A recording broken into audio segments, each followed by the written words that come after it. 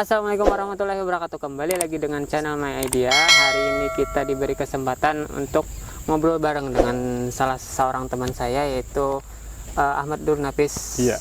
Beliau adalah salah satu ahli gizi di Rumah Sakit Pertamina Tanjung. Apa kabar nih, Mas Nafis? Alhamdulillah baik hari ini. Lancar nih kerjaannya? Ya, alhamdulillah semuanya lancar. Saya mengucapkan terima kasih atas ketersediaan waktunya untuk ngobrol hari ini ya. Ngobrol santai terkait kesehatan. Iya benar. Oke. Ada beberapa hal yang ingin aku obrolin nih. Yang pertama, sebenarnya penting gak sih menjaga pola hidup sehat itu? Oke. Dari saya pribadi ya, kalau terkait pola hidup sehat, karena sebagai tenaga kesehatan pastinya dulu wajib bagi saya pribadi untuk melakukan, atau penting lah untuk melakukan pola hidup sehat. Tapi memang ada beberapa orang mungkin yang mungkin Mas Yanto pernah dengar, kalau nggak apa yang kurus, nggak apa kurus, atau nggak apa gemuk, yang penting sehat. Nah, ada itu sebetulnya keliru itu. Itu berarti harus diluruskan ya? Ya, harus diluruskan. Karena orang yang kurus atau yang kegemukan itu nggak akan atau namanya nggak akan bertahan lama itu, yang kondisi kesehatannya. Karena orang kurus terutama kalau dia kurang gizi, dia gampang terkena penyakit menular, mungkin kayak infeksi, batuk, pilek, demam, tipes segala macam. Dan orang yang kegemukan itu kalau dalam jangka panjang dia nggak merubah pola hidupnya dan nggak berusaha untuk mencapai kayak badan yang ideal, nanti kedepannya dapat menyebabkan atau mengembangkan penyakit-penyakit degeneratif kayak diabetes, hipertensi, jantung itu. Jadi anggapan kayak gitu jangan dibenarkan ya. Gak apa kurus atau gak apa gemuk, yang penting sehat. Enggak. Jadi kita betul-betul menerapkan pola hidup sehat, berat badan ideal, nah makan yang betul, yang benar, olahraga, dan ya jaga kesehatan secara umum gitu intinya. Oh, berarti istilahnya berat badan ideal itu sangat penting ya? Iya, dalam pola hidup sehat. Berarti kalau misalnya berat badan itu penting, erat kaitannya sama kita ngatur pola makan. Ya pasti, untuk mengatur berat badan pastinya dulu dari makanan, aktivitas fisik, maksudnya sama kita istirahat yang cukup, dan juga pengaturan stres pun juga termasuk bisa mempengaruhi berat badan. Banyak sebetulnya faktor yang menyebabkan berat badan kita ini ideal enggaknya gitu. Tapi utamanya sih makanan sama aktivitas fisik utamanya. Oh, yang pertama makanan. Iya. Berarti makanan ini termasuk salah satu pemegang peran penting bagi secara ngatur pola makan yang baik itu gimana? Soalnya nih saya pribadi ya, kalau misalnya makan banyak pun ya kondisi tetap kurus. Apakah ada hal yang lain perlu diperhatikan, kayak misalnya olahraga kah, atau apakah? Oke. Jadi memang sih untuk berat badan sendiri ada dipengaruhi oleh banyak faktor, terutama tadi makanan, aktivitas fisik, tapi ada juga dari faktor genetik atau keturunan. Jadi kalau orang tua kita itu salah satunya kurus, kemungkinan ya, atau gemuk, kemungkinan 40%-nya anaknya bakal ngikut itu gemuk atau kurus. Oh iya. Kalau orang mempengaruhi. Jadi kalau orang tuanya kedua-duanya ini gemuk atau kurus, itu 70% kemungkinan anak-anaknya ngikutin tuh, entah itu gemuk atau kurus.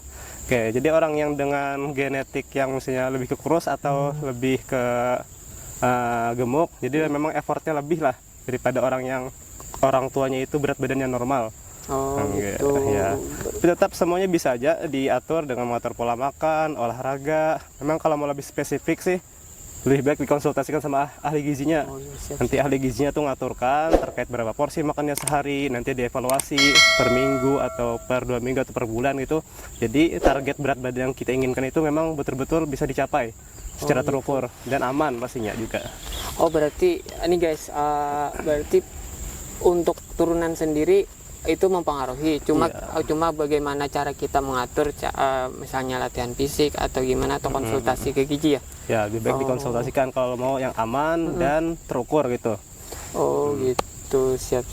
Terus pola makan tadi kan ada pola makan, berarti bagaimana tuh kita cara ngaturnya. Secara kan kalau misalnya pola makan ini kita anggapannya ini ya, kalau ada makanan makan terus Ya. soalnya kan persepsi aku nih, kalau misalnya kita makan tuh otomatis banyak pemasukan, artinya tubuh makin ideal gitu. Oke, ya. Jadi dalam pemilihan makanan pun juga harus menerapkan gizi seimbang. Kalau ahli gizi pasti sudah mengikuti aturan kayak gitu semua gitu ya. Jadi gizi seimbang itu ada terdiri dari karbo, harus ada juga protein, habis itu serat, vitamin ya dari sayuran dan buah gitu ya. Jadi harus lengkap dan proporsinya juga harus proporsional gitu. Kalau karbo sih simpelnya gini, kalau gizi seimbang itu kan kalau pernah baca-baca teman-teman, jadi gizi seimbang itu kalau dalam satu piring itu sepertiganya itu diisi sama karbo.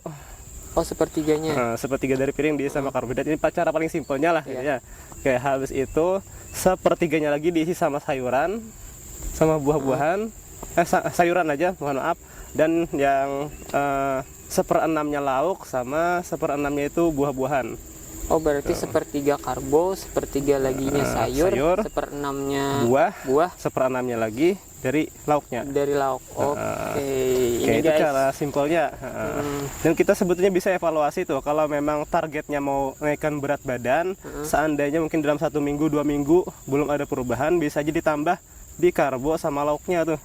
Oh gitu. Karbo sama lauknya ditambahin. Nambahnya itu gimana maksudnya? Kan sepertiga, apakah tambahnya per ini hitungannya gimana tuh? Oke, kalau saya sih lebih mending nambahnya ke protein sebetulnya. Yang tadi dari 1/6 jadi 1/4 piring kayak gitu. Yang dari lauknya tambahannya itu ya. Cara simpelnya ini. Nah, nanti dievaluasi tuh seminggu untuk yang menaikkan berat badan gitu. Dievaluasi seminggu atau 2 minggu. Kalau ada penaikan berat badan berarti itu pas sudah dulu. Iya. Oke, nanti mungkin ada stuck masanya. Kalau sudah stuck tambahin lagi tuh. Entah di karbonya, kalau lagi tambahin setengah daripada yang biasanya, tahu di proteinnya. Nah, itu pun tetap harus diikutin sama pola hidup sehat tadi. Olahraga, istirahat yang cukup juga. Oh, siap. Nah, Berarti sebaliknya bukan hanya itu ya. Iya. Olahraga pun memiliki peran penting bagi pola hidup. Sama juga untuk menurunkan berat badan kayak gitu juga. Kan awalnya tuh nasinya sepertiga. Nah, jadi kalau mau menurunkan berat badan kurangin aja dulu separohnya dulu untuk yang karbonya, karena memang karbo paling banyak menyumbang kalori. Oh dari gitu, makanan. berarti yang harus dikurangi itu malah si karbo ya? Ya di karbonya sih terutama. Karena karbo paling banyak menyumbang kalori. Jadi nanti dievaluasi tuh seminggu 2 minggu. Kalau memang ada perubahan turun berat badan ya ikutin aja gitu. Nah, tapi memang sih ada batasan maksimal minimalnya. Amannya sih naik berat badan sama turun berat badan itu seminggu maksimalnya 1 kilo. Oh gitu. Oke, karena kalau kelebihan naiknya atau turunnya berlebihan itu ada dampak negatifnya buat tubuh kita. Oh, malah nggak bagus juga ya? Ya nggak bagus juga. Terus kalau misalnya karbo kan awalnya sepertiga tuh, nguranginnya itu per tahap, gimana cara yang misalnya ngurangin? Apakah seper turun kah berapa? Oke, cara simpelnya kayak tadi kan ya, sedikit aja dulu. Mungkin kalau memang susah mengurangin kan sepertiganya tuh dibagi lagi, mungkin sepertiganya dikurangin. Atau kalau memang sanggup aja separuhnya dihilangkan, ya bisa kayak gitu untuk nurunin berat badan. Oh, berarti porsi lain kayak protein itu harus ditambahkah atau tetap dengan pola yang sama? Oh iya betul ya. Jadi kalau nurunin berat badan sama juga proteinnya kalau bisa ditingkatkan juga. Oh, ditingkatkan. Berarti si karbo yang dikurangin, protein yang ditingkatkan protein yang ditingkatkan. Sama aktivitas fisik tuh wajib tadi. Aktivitas fisik olahraga ya minimal 3 kali seminggu lah 30 menit. Memang sih anjurannya bagusnya itu olahraga dalam seminggu sesuai Kemenkes nih 150 menit dalam seminggu. 150 menit itu berarti seminggu ya? Nah, bisa dibagi kalau 5 hari dalam seminggu 30 menit 30 menit. 30 menit rutin tuh ya? Sehari-hari. Nah, itu digabung olahraganya bisa kardio sama olahraga beban. Nah, olahraga beban sama kardio memiliki manfaat masing-masing lah. Nah, kalau kardio itu biasanya membakar lebih utama pas kita olahraga. Olahraga lari berarti? Karena lari yang banyak memanfaatkan pernapasan itu kardio. Senam tuh termasuk kardio ya. Atau ya kalau beban dia manfaatnya itu lebih ya membangun otot ya. Membangun otot sama juga pembakaran kalorinya tidak terjadi cuma pas kita olahraga. Tapi setelah kita olahraga pun tetap nih pembakaran metabolisme tubuh meningkat. Gitu. Berarti bukan hanya kita pas olahraga itu pembakaran kalorinya itu, Iya. malah setelah olahraga pun malah dibakarnya. Ya, bahkan kita duduk guys, santainya. guys. Betul. Jadi bahkan kita duduk santai pun kayak gini atau kita tidur pun tetap metabolisme kita meningkat. Iya. Terutama kalau awal-awal tuh latihan beban, kan badannya sakit-sakit tuh semua. Nah, itu perbaikan otot-ototnya memerlukan banyak sekali kalori. Jadi pas banget kalau buat orang yang mau nurunin berat badan, wajib tuh digabungin olahraga kardionya juga, kardio bebannya, mohon maaf. Bebannya. Nah, olahraga bebannya. Nah, sangat membantu dalam meningkatkan metabolisme tubuh. Oh gitu. Nah, Terus kalau misalnya kita nih menerapkan pola makan kayak makanan siap saji itu masih boleh nggak mas? Maksudnya kayak junk food kan, kalau masalah junk food sih enak loh. Oke, jadi terkait junk food, apakah boleh dalam penerapan pola hidup sehat makan junk food gitu ya? Iya benar. Oke, nah saya pribadi pun jujur masih makan junk food. Nah, Oh gitu. Ya, tapi dalam moderate kata orang itu, nggak berlebihan lah. Oke, jadi saya biasanya tuh kalau dalam seminggu bisa lah mungkin beli mie ayam 2 sampai makan junk food gitu, bisa mie ayam atau masakan Padang itu, atau kayak burger segala macam, mungkin 2 sampai 1 kali seminggu, 1 sampai 2 kali seminggu lah. Nah, jadi itu nggak berlebihan, satu porsi aja sudah cukup gitu. Tetap aja makan kayak gitu, tapi nggak rutin, nggak tiap hari yang penting gitu. Ini ya. Maksudnya jangan berlebihan Jangan juga berlebihan juga, boleh-boleh Karena yang aja. berlebihan itu nggak bagus ya. Nah, itu intinya. Satu yang berlebihan pasti nggak bagus intinya. Terus katanya kalau misalnya ini kita menerapkan pola sehat, berarti banyak budget yang kita harus keluarkan. Apakah benar tuh mas? Oke, nah memang sih sebetulnya ini tergantung tujuannya masing-masing. Kalau mungkin kayak atlet yang beban, terutama binaraga tuh pasti banyak memakai modal. Tapi kalau kita cuman inginnya sehat secara pola hidup sehat secara biasa aja gitu, pengen targetnya hidup sehat aja, gak terlalu banyak juga, bahkan ya bisa dibilang murah lah. Oh itu dengan yang memanfaatkan buah-buah sekitar ya. Misalnya ini ada pisang tarik, ada papaya tarik gitu ya. Jadi kita memanfaatkan makanan yang ada real food lah gitu, di sekitar kita yang ada. Tapi tetap harus lengkap tuh, harus ada karbo, habis itu protein, tadi serat, sayur, buah gitu. Nah mungkin yang mahal biasanya di protein ini. Oh yang mahal, yang agak mahal. Nah jadi kalau protein yang murah sih banyak alternatifnya kita. Bisa dari kacang-kacangan, terutama di Indonesia ini tahu tempe tuh. Oh, itu paling murah sudah untuk sumber protein. Tapi bukan berarti harus makan tahu tempe terus ya. Karena memang tahu tempe ini beberapa penelitian bilang bisa menaikkan asam urat gitu. Oh iya. Jadi pantas mas nih kalau misalnya. Oke, jadi kita kinya lah kalau kebanyakan makan tahu tempe ya. Oke, kemungkinan tuh asam urat. Nah, tapi ya kalau anjuran gizi seimbang sih makanan tuh harus variasi kalau bisa. Variasi ya. Mungkin ya tahu tempenya ya 3 kali seminggu atau 4 kali seminggu yang hewaninya. Dari hewani kayak ikan, ayam, telur 3 kali seminggu itu. Oh.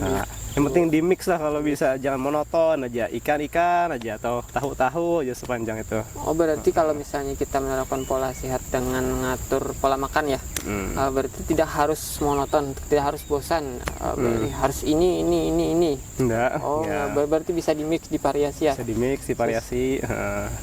Oh siap. Ini guys ilmu semua guys. Beliau ini merupakan salah satu panutan saya di tempat kerja, khususnya di Rumah Sakit Pertamina Tanjung. Oke, baiklah, mungkin masih banyak yang ingin kita konsultasikan, mungkin itu aja dulu ya. Nah kalau paling amannya sih kalau mau teman lebih aman, lebih spesifik itu ngaturin makannya gimana, cara pengaturan makan junk food tadi itu lebih baik dikonsultasikan sama ahli gizi. Dia lebih aman dietnya, nggak terlalu sembarangan gitu. Oh gitu, iya. Berarti yang untuk lebih amannya kita harus ini konsultasikan nggak ya ke ahli gizi. Oke. Aja sih. Terus yang terakhir nih mas, ada satu pertanyaan, mohon maaf nih ya. Ya, nggak apa. Apakah ngemil itu dibolehkan kalau misalnya kan ada rentan waktu kita makan pagi. Ya. Habis itu ngemilnya untuk jaraknya pagi ke siang itu gimana Mas cara Oke. ngaturnya? Cemilan. Nah, jadi cemilan ini memang kita bisa bagi sih, ada cemilan yang sehat, ada yang kurang sehat Oh gitu, ada lagi Oke. bagiannya nih ya terus. Jadi kalau yang cemilan sehat ya kita bisa mungkin di antara jam makan pagi sama makan siang, atau antara makan siang makan sore, ataupun mungkin malam gitu ya, ada rasa lapar, bisa aja kita ngemil. Ngemil paling bagus tuh sebetulnya kayak buah. Ya. Oh buah. Atau juga bisa juga lauk tuh, lauk-laukan kayak mungkin ikan, ayam, telur kah? Yang dicemil. Kalau memang mau targetin ya turun berat badan sebenarnya ke situ. Oh itu yang buat turun berat badan ya. Terus kalau mau maintenance misalnya nih kita sudah merasa ideal nih, bagaimana cara ngemil yang baik lah? Oke, memang sih sebetulnya untuk yang maintenance ini kita memang perlu evaluasi terus dari makanannya. Mungkin kalau dalam seminggu kita kan nyemil makanan. Memang sih kayak protein ini dia kalau lebihan juga bisa naikin berat badan malahan gitu kalau kebanyakan. Karena kan ada kalorinya juga di situ. Oke, jadi dievaluasi aja nih per minggu atau per 1 bulan sekali. Kalau kita ngemil tapi berat badannya naik, nah berarti itu kelebihan, kita kurangin lagi. Atau disesuaikan aktivitas fisiknya lah. Gitu. Kalau mau nyemil banyak ya atau makannya banyak, olahraganya harus lebih kuat itu aktivitasnya. Berarti harus ngemilnya banyak, olahraganya banyak juga ya. Ya, aktivitasnya lebih banyak. Harus istilahnya tuh disimbangkan ya. Ntar yang masuk sama yang keluar gitu. Oh, siap. Ngemil kayak mungkin chips, keripik atau permen segala macam tuh ya boleh-boleh aja lah, tapi jangan keseringan intinya. Itu aja sih. Harus ingat-ingat lah ya. Ya, ingat misalnya nih, kayaknya aku dalam minggu ini sudah kebanyakan ngemil nih. Kita turunkan. Atau kan lagi mager nih, nggak banyak aktivitas fisik, mungkin dalam seminggu ini mungkin banyak kegiatan atau apa itu ya di kantor. Jadi ya dikurang-kurangin nyemil yang nggak sehat itu. Oh, gitu. siap. Nah, itu guys. Tadi kita sudah bukan konsultasi ya, lebih ke ngobrol kali. Ngobrol dengan ahlinya, beliau ini. Mungkin cukup ya, Mas Nafis. Terima kasih yang telah nonton video ini. Semoga channel ini makin berkembang dan saya mohon maaf jika ada kekurangan. Assalamualaikum warahmatullahi wabarakatuh. Kembali lagi di channel berikutnya.